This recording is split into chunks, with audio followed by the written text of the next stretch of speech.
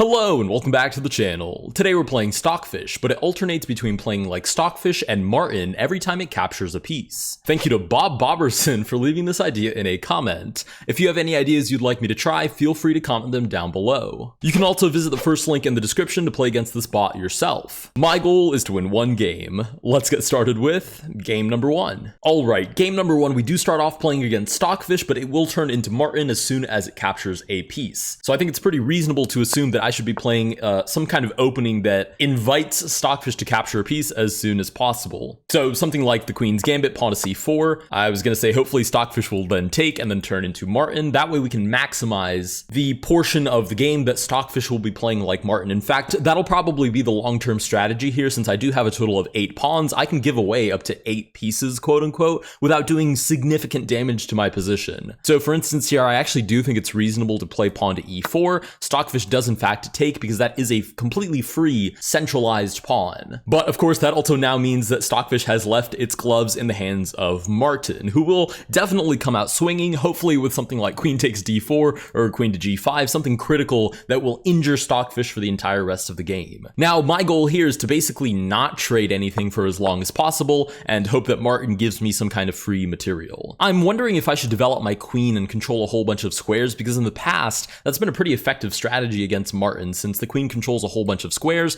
it's more likely that if Martin, gives away a free piece, my queen will be there to grab it. Problem is, if for whatever reason Martin makes some kind of crazy capture that isn't critical, my queen is hanging out in the middle of the board against Stockfish. On the bright side though, I don't think it's a huge concern as long as she always has a line of sight to return from whence she came. So let's go queen to h5 here. Wow, Martin plays knight to f6 here, targeting my queen. I was worried about the wrong bot. Stockfish has not attacked my queen. It has in fact been Martin himself. Okay, I'll just return the queen. I'm really just waiting for something free, and that is like the worst thing that we could see on the board is pawn to c5, because Martin will not hesitate to capture on d4. And the problem is, if we do a pawn trade that turns Martin into Stockfish, that's like the antithesis of what we're trying to get at here. We're trying to give away pawns so that Stockfish remains playing like Martin for as long as possible. But if Martin trades off pawns and turns back into Stockfish, we're kind of getting outplayed here. Now, the truth is this pawn has nowhere safe to go. If I advance it, then it can get captured, so I might as well just take it on c5. Wow, and Martin does in fact take back, successfully handing the torch back off to Stockfish. This might actually be a more significant challenge than I originally thought. Okay, so obviously the first thought here is I could just take the queen, king takes back, and then it would be playing like Martin again, but the problem is the greatest amount of material disparity that I can hope for is a queen difference, meaning I have a queen, the opponent does not,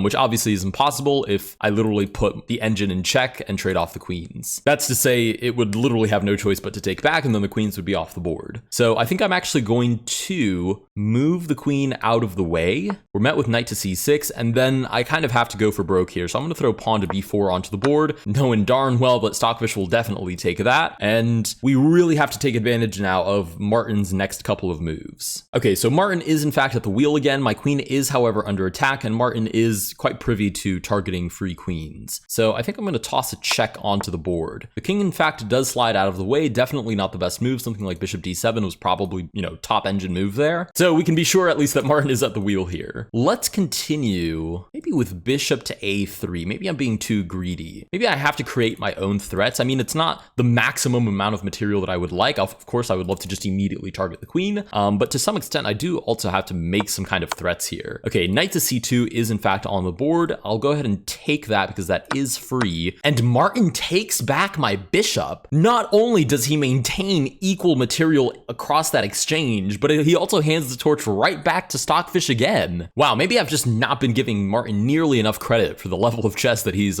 throwing down onto the board here. Okay, let's give away another free pawn and hope that Stockfish's best move here is just to take it. Wow, it's not. It's queen to a5. Okay, I'm gonna play rook to d1, start developing some pieces. Or no, I actually need it. I think it's gonna play to d5 and then bishop back to b4 and just nail me to this knight.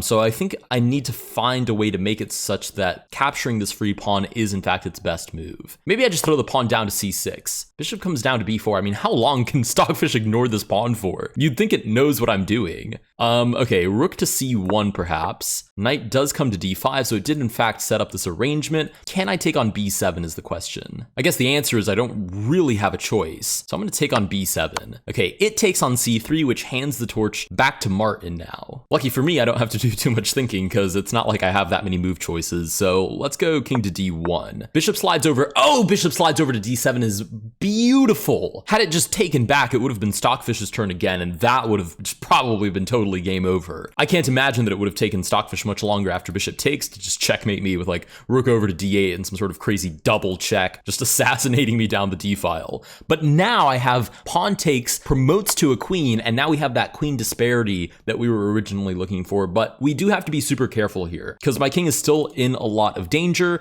Until Martin makes his next capture, it won't be Stockfish's turn to, take the wheel quite yet. But I still have a lot to be sort of wary of here. Let's go bishop to c4 and remove this knight. I can be pretty comfortable in the fact that Martin is not going to take advantage of its active pieces and the fact that my king is very weak. So I should be able to take here. And even if it does pass the torch back to Stockfish, which it does upon recapturing, I can now take the queen, pawn takes back, it drops the bishop. And even if just Stockfish plays for the entire rest of the game, I think the material advantage will be simply too much for me not to just convert this and win. I mean, frankly, the best part is that even though we've handed the torch back to Stockfish, I can take on d5, and upon the pawn recapturing, which is obviously the best move, it's actually back in Martin's hands once again. So we'll go ahead and just pick up this free bishop. We have in fact weathered the storm. We'll go ahead and grab this rook. I mean, I could just force it to be Martin for the entire rest of the game. I'll take here with check. Let's go check on g4. Check. Oh, this is wonderful. Bishop comes down to block the ladder's mate, but I can take on f5, take on d7, centralizes the king. I really could wrap him up here in a couple more moves, but I am looking for a very specific type of checkmate here. You may have never heard of it before if you've watched this channel. Let's go check. And I see how we're going to do it. We'll drop the rook back. Check on the F file, check on the G file. And we do in fact get my favorite type of checkmate invented in 2037 by the Dancing Mage after his meetup with the Scuba Cat. With that, we do in fact defeat Alternate Fish. If you guys did enjoy this video, please consider liking and subscribing. Let's go ahead and do the one thing I always forget to do, not even because I think it'll be particularly interesting, but just because I always forget to do it in every other video. Let's do the analysis. All right, we have the analysis loading. Let me fix this so it's easier to see. We played with an accuracy of 74% to Martin's / Alternate Fish's 71%. You can see that here we were actually doing quite terrible for a very long time. It got as low as about -5 at one point, -4, -5, around there. I played with an average game rating of 1450, which makes a lot of sense given all the free pawns that I was trying to give away to force the position back into Martin's hands. And Alternate Fish played with an average rating of 1400, which is actually pretty perfect. It's almost right down the middle of the average of their two ratings. Except, of course, it is skewed, what, 200-300-ish points